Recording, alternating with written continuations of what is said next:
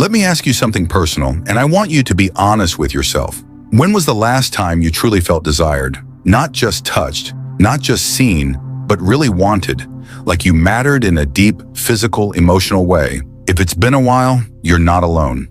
So many older adults quietly struggle with the feeling that their intimate lives are behind them. They may tell themselves they're too old, or that it's just part of aging. But what if that's not the truth? What if the real issue isn't age, but belief? What if society has convinced us that intimacy has an expiration date, and we believed it without even realizing it?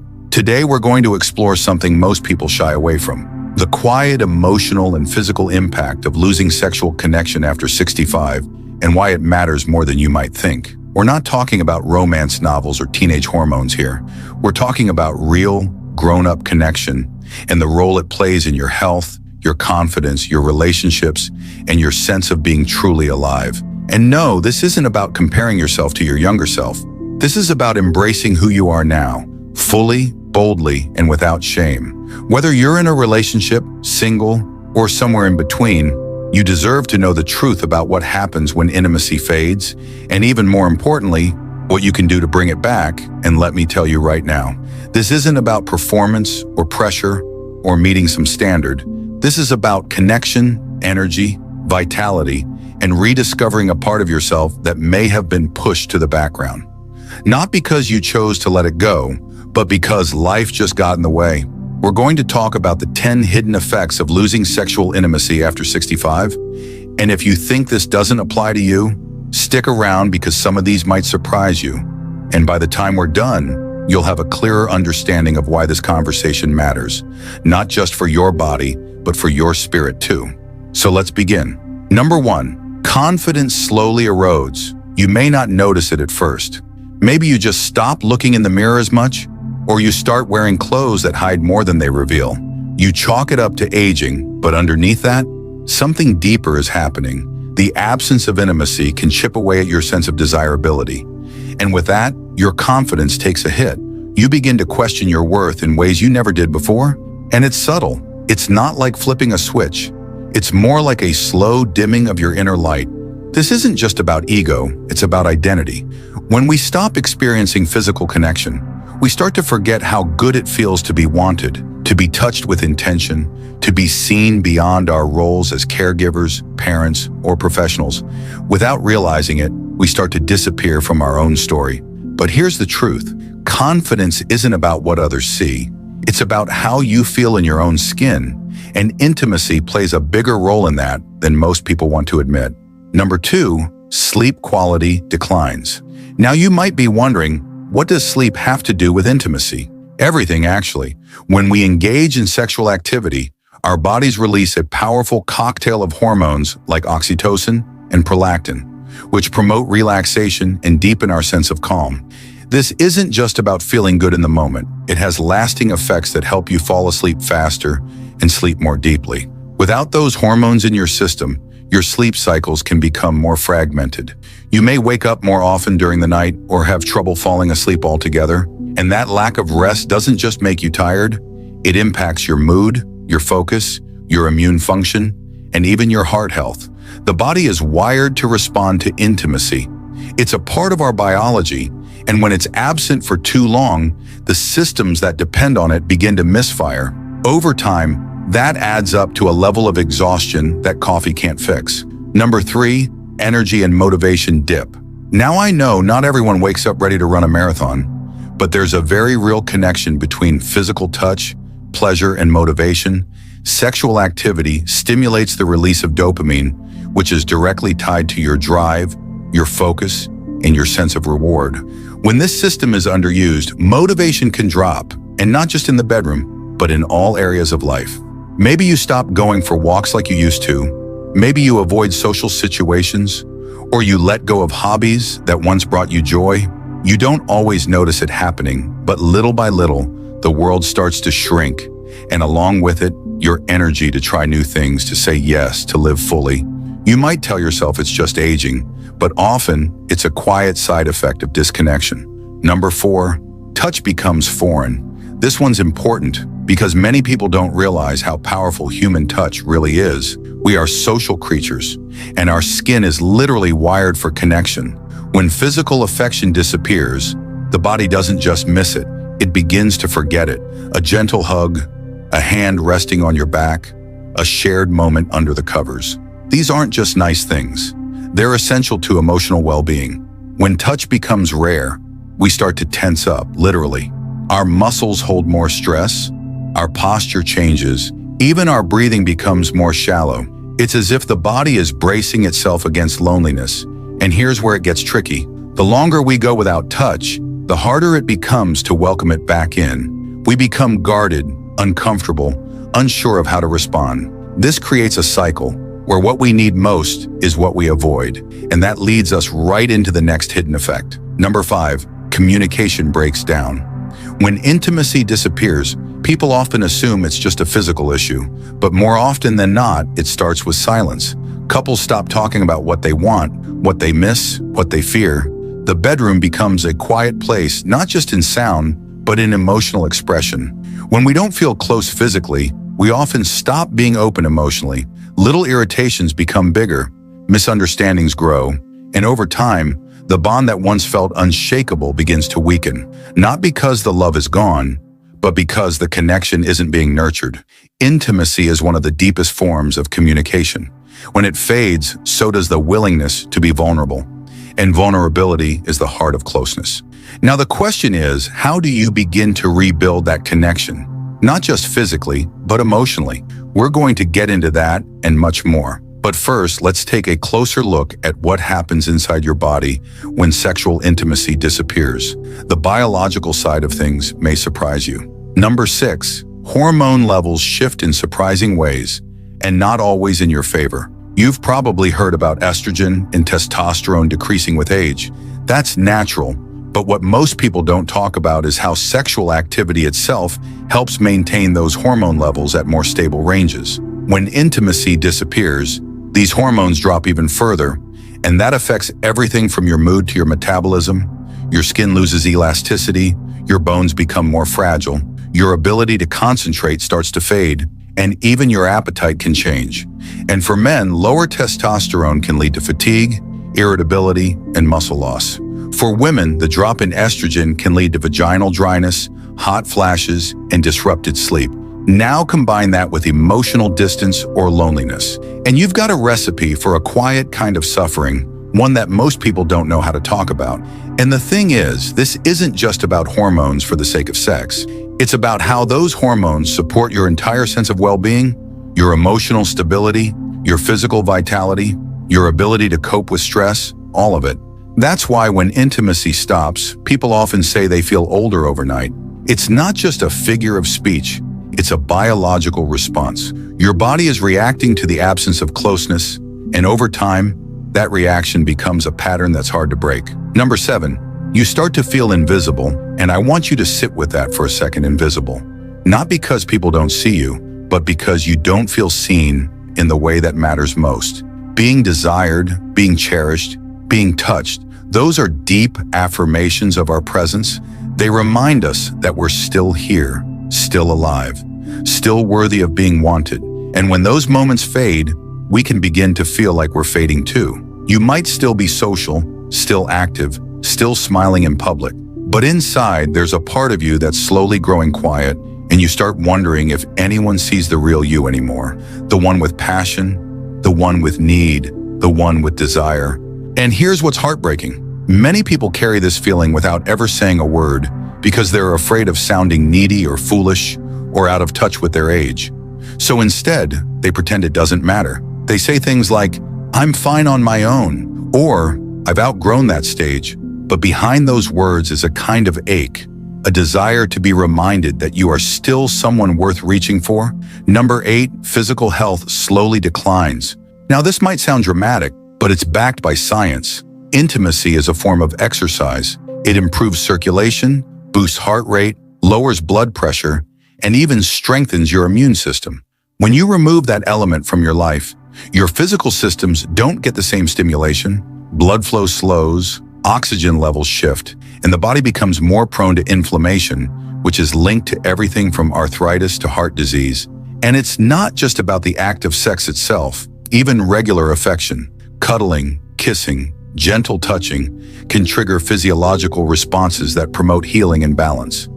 When those forms of connection vanish, the body becomes more vulnerable, more tense, and over time, more fragile. Now add to that the lack of movement, the lack of deep breathing, and the lack of endorphin release, and you begin to see the whole picture. You're not just losing a moment of closeness, you're losing an important part of your health routine. Number 9, mental sharpness begins to dull. Now this one's interesting, and most people never make the connection, but research has shown that people who remain sexually active in their later years tend to score better on memory tests, problem solving, and even verbal fluency. Why? Because sexual activity increases blood flow to the brain and activates regions tied to reward, motivation, and cognition. It keeps your mind engaged, alert, and connected to your body. When intimacy fades, those systems go underused, and just like a muscle, they weaken. You might find yourself forgetting things more often, or feeling less interested in learning something new. It's not just age, it's disuse. And that's a powerful thing to recognize, because it means the solution isn't just about memory games or crossword puzzles. It's about re-engaging with life in a way that stimulates your whole self, mind, body, and emotion. Number 10, joy becomes a memory instead of a feeling. And I know that sounds heavy, but stay with me. When you lose intimacy, joy often becomes something you remember instead of something you experience. You look back on moments instead of living them, and joy turns into nostalgia. But joy isn't meant to be left in the past. It's meant to be lived right here, right now, even in your 60s, 70s, 80s, and beyond. And intimacy, true, warm, loving intimacy, is one of the purest forms of joy we can access. It doesn't have to look like it did in your 30s. It doesn't have to be perfect. It doesn't have to be magazine-worthy. It just has to be real. And the good news is, it's never too late to rekindle that joy, to invite it back into your life in whatever form feels right for you. You don't have to settle for silence, for numbness, for distance. There are ways to reconnect, and in the next segment, we're going to talk about how. So let's talk about how to bring it back. Number 11, start with small touches. I mean the really small things that might not seem like a big deal on the surface. Holding hands, a warm hug, a hand on the shoulder while passing by in the kitchen. Those little gestures reignite closeness. And sometimes that's all it takes to begin shifting the energy between two people, especially if it's been a while. See, the thing is, intimacy doesn't just explode back into your life. It returns in waves, gentle and slow at first.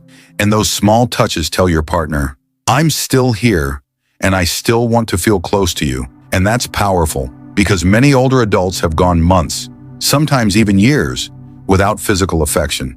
And their bodies forget what it feels like to be held. They get used to that emptiness. So when you bring back even one soft touch, it can be overwhelming in the best way. Number 12, create intentional moments. Now, I'm not just talking about date nights, though those are wonderful. I'm talking about carving out real, focused time to be present with each other, turn off the TV, put away the phones, sit down, make eye contact, ask questions that matter, like how are you really feeling lately? Or is there something you miss about us? Those kinds of conversations open doors that have been shut for years. And once they open, they make space for connection to grow again. And don't worry if it feels awkward at first. Awkwardness just means you're trying something new. Number 13, talk about your body without shame. This one's hard for a lot of people, especially if you've had surgeries, illnesses, or physical changes that make you feel self-conscious. But intimacy at this stage of life requires honesty, and vulnerability is what builds real connection. If something hurts, say it. If something feels different, say that too. Your partner isn't expecting you to be perfect. They just want to know what's real, and that truth allows both of you to adapt together. Maybe it means trying new positions, or using pillows, or finding new ways to connect that don't involve traditional intercourse. And that's okay, because intimacy is more than one thing. It's laughter, closeness, comfort, and trust. Number 14, consider gentle aids. And by that I mean lubrication, massage oils, or even medications if needed. These tools are not signs of weakness. They're signs of wisdom. They allow you to enjoy each other without discomfort. And yet so many people resist using them because they feel embarrassed. But you wouldn't run a marathon without the right shoes. So why would you expect to navigate intimacy without the right tools? Using help isn't giving up, it's investing in your shared experience. Number 15, remember what turned you on emotionally, not just physically. Think back to the moments when your partner made you feel excited, not just aroused, but deeply seen. Maybe it was the way they looked at you across the dinner table, or how they used to whisper something sweet before bed. Those emotional cues can reignite chemistry, sometimes even more than physical touch. And as we age, emotional intimacy becomes the gateway to physical closeness. It's about feeling wanted, not just being touched. Number 16, work through resentment. Because let's be honest, one of the biggest barriers to sex later in life isn't the body, it's the baggage. Maybe there's been betrayal, or neglect, or just years of feeling unappreciated, and those emotions build up, creating distance that's hard to cross. But here's the truth. Ignoring that resentment doesn't make it go away. It just pushes the intimacy further out of reach. You have to talk about it, maybe with a counselor, maybe just with each other over coffee. But speak the hard truths, not to blame, but to heal, because once you begin to clear the emotional clutter, your connection becomes possible again. Number 17. Get curious again. Yes, curious. Even after decades together, you don't know everything about each other. People grow, change, evolve, and so many couples stop asking questions. They assume they know how the other person feels, what they want, what they don't want, and in that assumption, the mystery disappears, and so does the spark. But when you ask your partner something new, like, is there something you've always wanted to try? Or how do you feel loved these days? You invite discovery back into the relationship, and discovery is what keeps things alive, even if it's as simple as changing up your bedtime routine. Number 18, practice patience. Rebuilding intimacy doesn't happen overnight, and sometimes there'll be setbacks. Maybe one of you gets frustrated or tired or afraid, and that's okay. You don't need to force anything. Just keep showing up. Keep offering warmth, kindness, affection, and the space to grow. Because the most beautiful relationships in later life aren't based on intensity, they're built on steady, intentional love. Love that honors the changes, the wrinkles, the slowness, and sees beauty in all of it. Number 19, create a new language of love. Over time, our way of expressing love has to evolve. Maybe your partner can't hear well anymore. So now love is a gentle touch on the arm instead of whispered words. Maybe arthritis makes certain things difficult. So now love is helping with buttons, zippers, shoelaces. Maybe forgetfulness creeps in. So now love is repeating stories with patience and joy. This new language of love is softer, slower, deeper. It may not look like the movies, but it's real, and it's rich with meaning. And it's through this language that intimacy returns, not just in the bedroom, but throughout your life, in every shared glance, every touch, every moment where you choose to lean in instead of pull away. And in part 4, we're going even deeper into that truth. Number 20, redefine what satisfaction means. See, when we're younger, satisfaction in intimacy is often tied to specific outcomes, but later in life, the definition needs to shift. Satisfaction becomes about connection, closeness, tenderness. It's about shared laughter in the middle of the night or lying next to someone who knows your history. It's about presence, not performance. And that mental shift can take the pressure off, because pressure kills intimacy. It makes everything feel like a task instead of a pleasure. But when you focus on connection rather than expectations, your entire experience changes. You're no longer chasing perfection. You're creating peace. Number 21, speak your needs clearly and kindly. I know a lot of older adults struggle to say what they want, especially around sex. Maybe you were raised in a time where talking about pleasure was taboo. Or maybe you've been quiet for so long, it feels unnatural to ask for what you need. But here's the truth. If your partner doesn't know what you want, they can't give it to you. And nobody's a mind reader, not even after 30 or 40 years of marriage. So if you want more touch, say it. If you want more time together, speak it out loud. You don't have to demand, just express, because unspoken needs become silent resentments. And silent resentments are the slow poison of any relationship. Number 22, heal from comparison. So many people, especially in their 70s and beyond, compare themselves to their younger selves. They say, we used to be so passionate, or I wish we were like we were in our 40s. And while it's okay to remember fondly, it's not okay to let the past steal the joy of the present. Your body isn't the same, neither is your partner's, and that's okay. You're not supposed to love the same way you did at 30, because now you have more depth, more wisdom, more history. Let go of the comparisons and step into the now. Number 23, take care of your own health, because let's be real, physical intimacy is tied to physical well-being. And sometimes the best gift you can give your partner is a healthier version of yourself. That means managing blood pressure, staying active, eating well, getting enough sleep, because when your body feels better, everything else becomes easier. And no, it's not about having the perfect body. It's about having a body that allows you to enjoy your partner, your life, your moments together. And it also sends a message that you still care, that you still want to be present, and that you're investing in the future you still have together. Number 24, laugh together, often because nothing breaks tension like laughter. And sometimes intimacy needs that reset. Maybe you fumble trying something new. Maybe one of you snores halfway through a romantic moment. It's okay. Laugh about it. Make it light. Joy is a powerful bridge back to connection. And couples who laugh together are more likely to stay close because laughter creates safety. It says we can be human with each other and we're still okay. And that kind of safety is the foundation of great intimacy. Number 25, explore slowly. And by that I mean, don't rush into things you haven't done in a while. Many seniors go months, even years, without physical closeness, and then suddenly try to jump back in full speed. And that can lead to discomfort, frustration, or even injury. Go slow, talk it through, explore what feels good now, what doesn't, what needs to change. Maybe that means shorter sessions, more foreplay, more focus on non-sexual affection first. It's not about doing less, it's about doing things better with more care. Number 26, protect your privacy.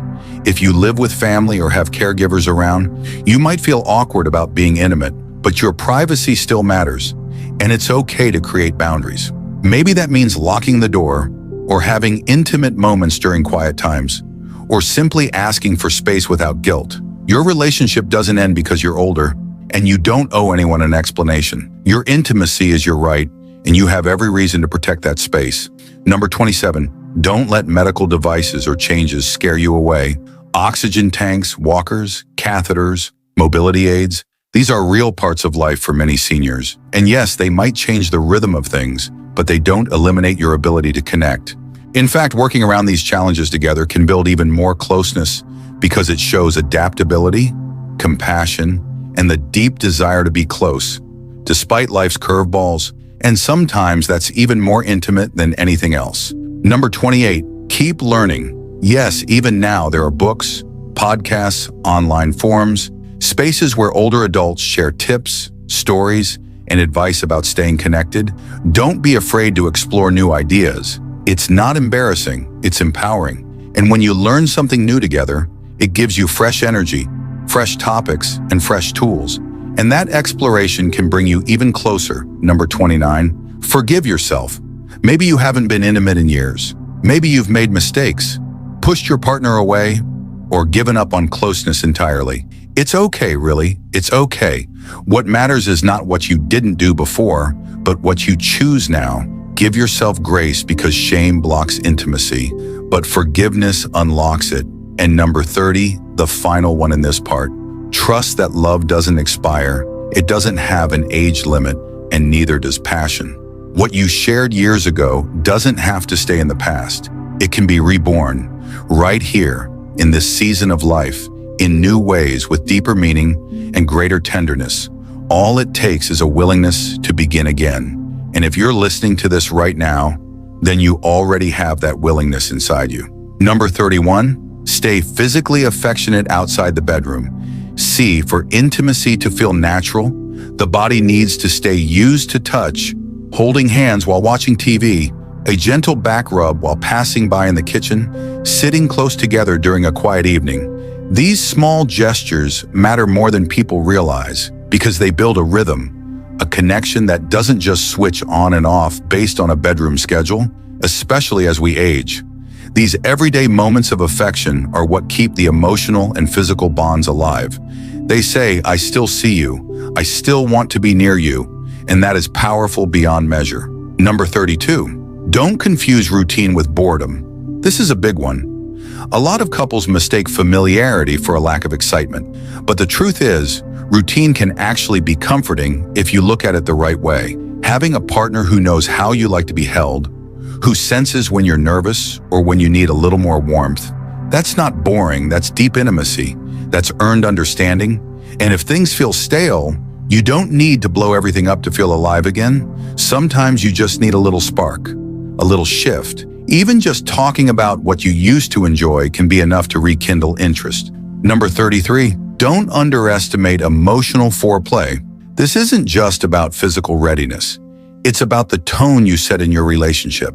When you spend your day being kind, patient, respectful, that energy carries into your moments of intimacy.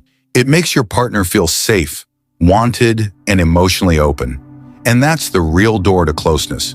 We often think of foreplay as something that starts a few minutes before intimacy, but honestly, it starts in the way we talk to each other at breakfast, the way we listen during hard conversations, and the way we make each other feel valued even in silence. Number 34, let go of perfectionism. At this age, it's okay if things don't always go smoothly. Maybe there are interruptions, or maybe one of you gets tired halfway through. That doesn't mean it wasn't worth it. That doesn't mean it wasn't beautiful. The goal isn't performance, it's connection, and connection can happen in 1,000 small ways. Don't hold yourself or your partner to a script. Just be present, enjoy what works, and laugh off what doesn't. And if something goes awkwardly, let it be awkward, then let it go. Because perfection doesn't build closeness, but patience always does. Number 35, be honest about desire changes, because let's be real, sometimes one partner wants intimacy more often than the other, or at different times, or in different ways. And that difference can lead to frustration or distance if it's not addressed. But if you talk about it openly and without blame, you can find compromises that work for both of you. Maybe you adjust expectations. Maybe you find other forms of closeness that feel good for both people. It doesn't have to be all or nothing, and when you approach it with kindness and creativity, desire becomes a bridge instead of a wall. Number 36, let your vulnerability show. Especially for men, there's often pressure to appear strong, to not admit uncertainty or fear, but vulnerability is what makes intimacy real. Being able to say, I feel nervous about this, or I don't know if I'm doing this right, or even, I still want to be close, but I don't know how to start. That kind of honesty invites your partner in, it shows trust, and in turn, it encourages them to be just as real with you. You don't have to pretend to have all the answers. You just have to be open to finding them together. Number 37, create rituals of closeness. Maybe it's a Sunday afternoon slow dance in the living room, or a shared bath with candles and soft music, or just sitting down for tea and holding hands before bed. These little routines become anchors. They keep your relationship grounded in connection, even when life feels heavy or chaotic. And the older we get, the more we need those anchors, because they remind us of what matters most. They remind us that we're still here, still choosing each other, still building something beautiful, even in the later chapters. Number 38, celebrate each other's bodies as they are. No one gets through life without some scars, some weight gain or loss, some sagging or softness. But intimacy doesn't require flawlessness. It requires acceptance. When you look at your partner's body with love, not criticism, it frees them to relax, to enjoy, to open up. And the same goes for yourself. Speak kindly about your own body, not just out loud, but in your thoughts. Remind yourself that this body has carried you through decades, through love and loss and laughter. It deserves tenderness. Number 39, never stop flirting. That spark you felt in your 20s or 30s, it doesn't have to disappear. It just has to evolve. A teasing smile across the dinner table, a playful text, a whispered compliment in the hallway. These small moments can reignite everything. They don't take much time, but they make a world of difference, because flirting isn't just about sexuality, it's about reminding your partner, I see you, I still enjoy you, I still choose you. And that message is something we all need to hear, no matter how old we get. And finally, number 40, remember that your story isn't over. Too many seniors think that intimacy is behind them, that love has passed its peak, that passion was for the earlier chapters. But that's just not true. Your story can still hold tenderness, still hold new adventures, still hold nights of closeness and mornings of gratitude. You are not done yet, and neither is your ability to love, to grow, to connect, to feel. Your age doesn't disqualify you, it qualifies you. Because no one loves deeper than someone who has lived, who has learned, who still believes in the beauty of showing up with their whole heart, right here, right now.